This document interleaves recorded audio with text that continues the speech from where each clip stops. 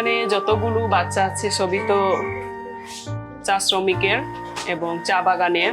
আমার বেতন কম হতে পারে, কিন্তু আমি যে ওনাদেরকে শিক্ষা দিতে পারছি, ওরা যে আমার দ্বারা শিখতে পারছে, ভালো মন্দ বুঝতে পারছে, এতে আমি খুবই সন্তুষ্ট এবং খুশি। 5,000 টাকা দিয়ে তো সংসার চালানো খুবই কষ্ট, কিন্তু তারপরও বাড়ির পাশে যখন কাজটি পেয়েছি আনন্দের সাথেই করে যাচ্ছি।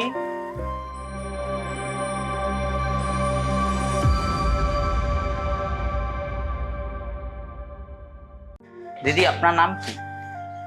আমার নাম ব্রিজিতা মরং। আপনার বাসা কোথায়? আমার বাসা এই সাতছড়ি চা বাগানেই। আপনি পড়াশোনা করেন? না, আমি এই স্কুলে শিক্ষকতা করি। আপনি কত পর্যন্ত পড়াশোনা করেছেন? আমি ইন্টারমিডিয়েট পাস। আপনার এই স্কুল প্রতিষ্ঠানের নাম কি? আমাদের এই স্কুল প্রতিষ্ঠানের নাম হলো সাতছড়ি শিশু শিক্ষা কেন্দ্র। কত বছর ধরে কাজ করছেন এখানে? আমি প্রায় এ পর্যন্ত 12 বছর ধরে কাজ করছি। এরপরে আপনার কোনো বেতন বাড়ে নাই? আমাদের মিশনারি শিক্ষিকা হিসেবে আমাদের যে বেতন, আমরা 5,000 টাকা করেই পাই। আমাদের এ পর্যন্ত বেতন বাড়ানো হয়নি আর কি। এই যে 5,000 টাকা আপনি বেতন পাওয়ার পর আপনি কি কি কাজে লাগান এই টাকাগুলি? এই 5,000 টাকা দিয়ে আমার সংসার কোনো মতে চলে।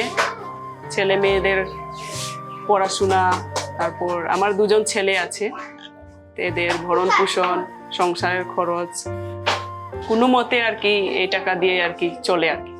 আপনার ছেলে মেয়েরা কোন ক্লাসে পড়ে? আমার বড় ছেলে ক্লাস 2-তে পড়ে। আর ছোট ছেলে? ছোট ছেলের বয়স মাত্র 15 মাস। আপনার এখানে স্টুডেন্ট কতজন? আমার স্কুলে প্রায় 66 জন স্টুডেন্ট আছে। কত ক্লাস পর্যন্ত আপনি পড়াশোনা করান আপনার স্কুলে? আমরা এখানে বর্তমানে 2জন শিক্ষিকা আছি, আরেকজন আছে আমার সাথে। তো আমি ক্লাস করাই ক্লাস 2, ক্লাস 4 এবং 5ম শ্রেণী। আর আমার সাথে যে আছে উনি করান শিশু শ্রেণী এবং 1ম শ্রেণী ও 3য় শ্রেণী। এইভাবে আমরা 2জন ভাগ করে ক্লাস করি আর কি।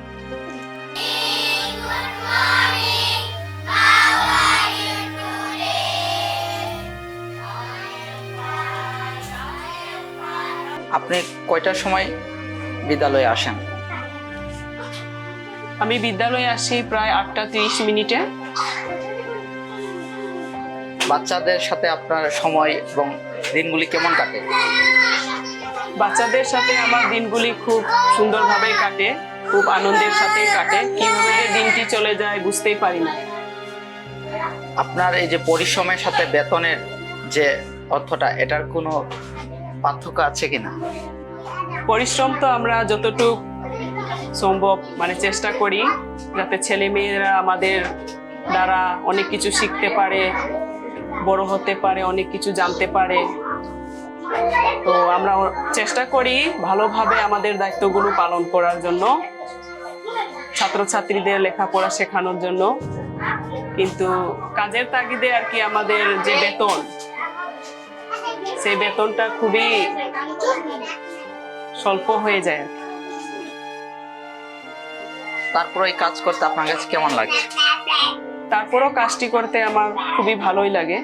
এই 12 বছর ধরে যে আপনি এই শিক্ষা প্রতিষ্ঠানে কাজ করছেন, এর থেকে আপনার এই ছাত্রছাত্রীদের কতটুকু আপনি শিক্ষা দিতে পারছেন?